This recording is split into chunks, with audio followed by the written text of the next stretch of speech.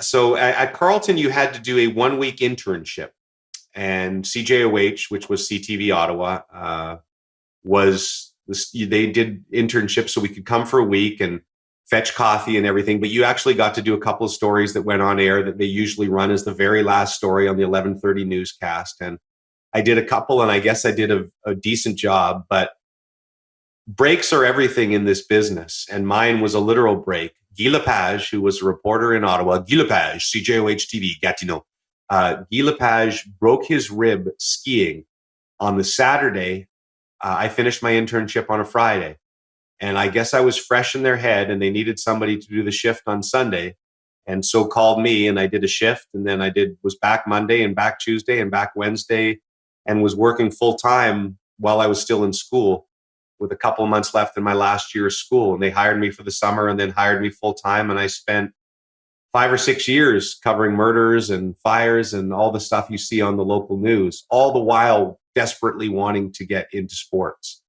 And I got to do a little bit of stint. Carolyn Waldo, the synchronized swimmer, came and worked for us, and she had a couple of babies, so I would fill in for her.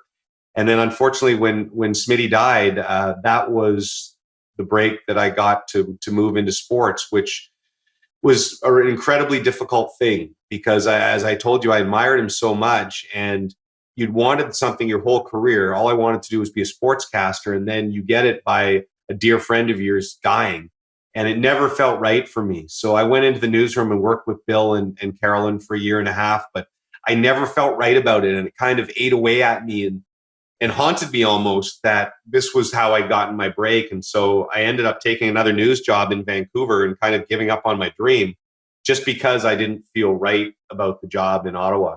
And somewhere in the midst of that, I did an audition at TSN. Keith Tilley, who was running TSN, had seen me covering a Senators game or something and called, and I went and did an audition. And they didn't have a job for me at that time. And I moved out to Vancouver, and I told him, I really want to go live in BC for a while. I love BC. And I said, don't call me for 2 or 3 years, because he said, I still want to hire you. And he called me 6 months later and gave me the job hosting CFL and NBA for TSN. So that was that.